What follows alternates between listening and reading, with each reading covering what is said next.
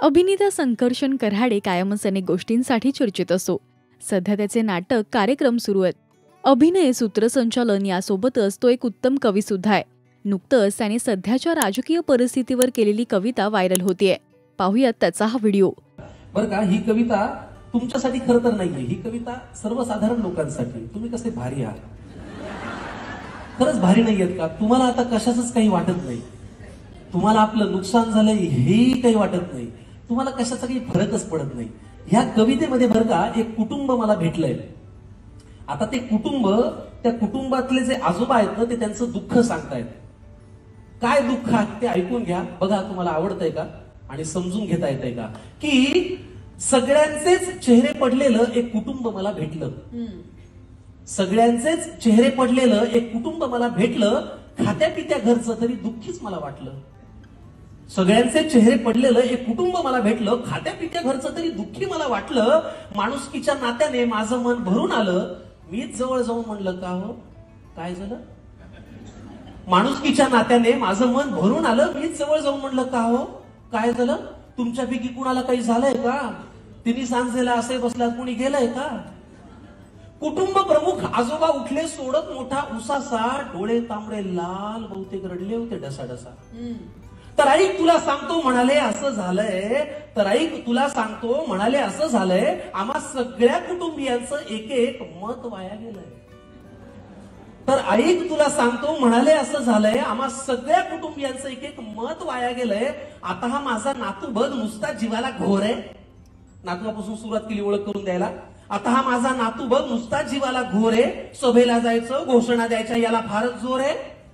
बरं, एवढं करून मतही दिलं तरी याचं भागलं नाही. पण याच्या नेत्याचं इंजिन आजवर सत्तेच्या स्टेशनात लागलं नाही. वा, मग ती सभा, ती गर्दी, तो आवाज, त्या घोषणा, त्याचं पुढे काय झालं? मग ती सभा, ती गर्दी, तो आवाज, त्या घोषणा, त्याचं पुढे काय झालं? आणि असं करत याचं मत 3-4 वेळा वाया गेलं. आता या माझ्या दुसऱ्या नातवाची आणि त्याच्या नेत्याची सेम टू सेम लाईफ आहे. दुसऱ्या नातवाकडे आले बरं का. आता या माझ्या दुसऱ्या नातवाची आणि त्याच्या नेत्याची सेम टू सेम लाईफ आहे. ना करियर में ग्रोथ है, ना जिंदगी में वाईफ है. आता या माझ्या दुसऱ्या नातवाची आणि त्याच्या नेत्याची सेम टू सेम लाईफ आहे. ना करियर में ग्रोथ है, ना जिंदगी में वाईफ है. अरे बाबा, वारशाने फक्त पैसा येतो, कर्तृत्व कुणी आणत नाही. अरे बाबा, वारशाने फक्त पैसा येतो, कर्तृत्व कुणी आणत नाही. भारतभर चालून तुझी पावलं दमली पण हात काही चालत नाही.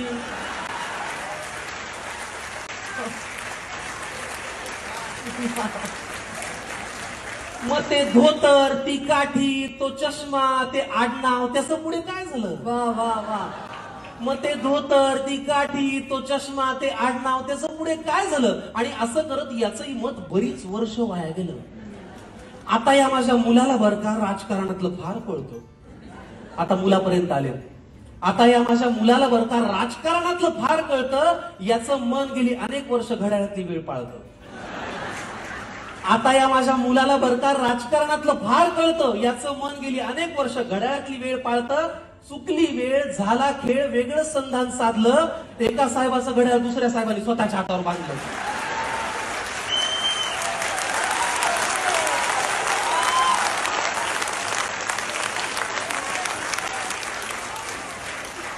चुकली वेळ, झाला खेळ, वेगळं संधान साधलं.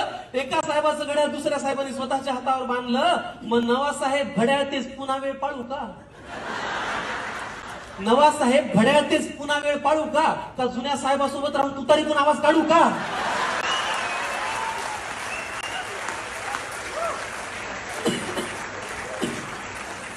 मग ते वय, तो अनुभव, ती निष्ठा, तो परिवार, त्याचं पुढे काय झालं?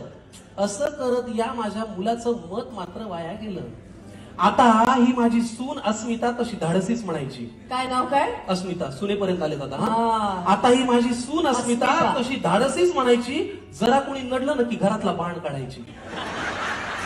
आता ही माझी सून अस्मिता तशी धाडसी म्हणायची. जरा कोणी नडलं की घरातला बाण काढायची. मी तिला कितीदा म्हणलं, सूनबाई बाण जपून वापरायचा असतो ग.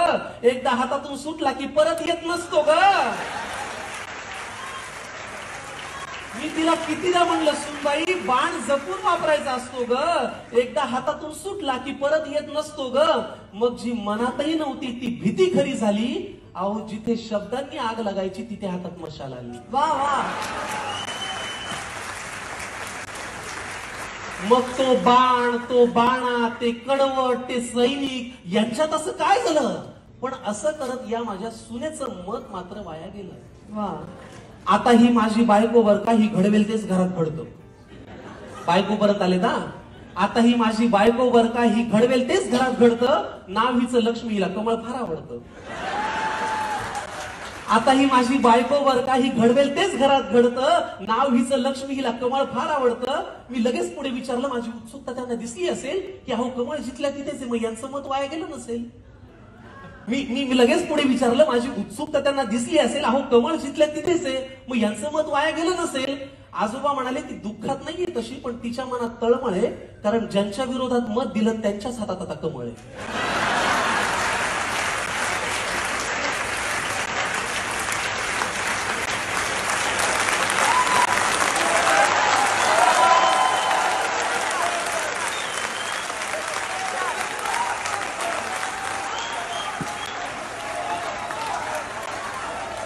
अहो, मग ते विरोधक, हे सत्ताधारी, हे प्रामाणिक, ते बाजारी, यांच्यात असं काय झालं?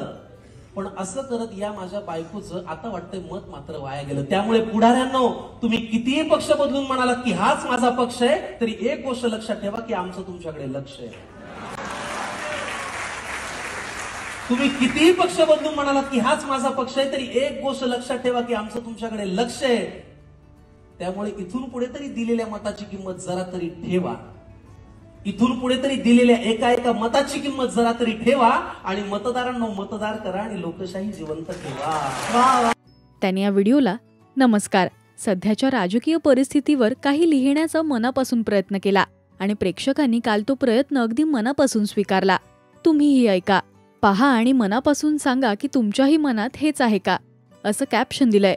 तर अनेकांनी त्यावर कमेंट्स करत त्यांची मतं मांडली आहेत.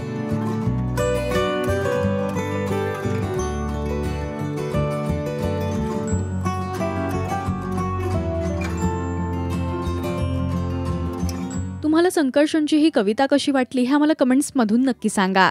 मराठी सिनेविश्वातील बातम्या, अपडेट्स आणि गॉसिपसाठी तुम्ही सबस्क्राईब करा राजश्री मराठी.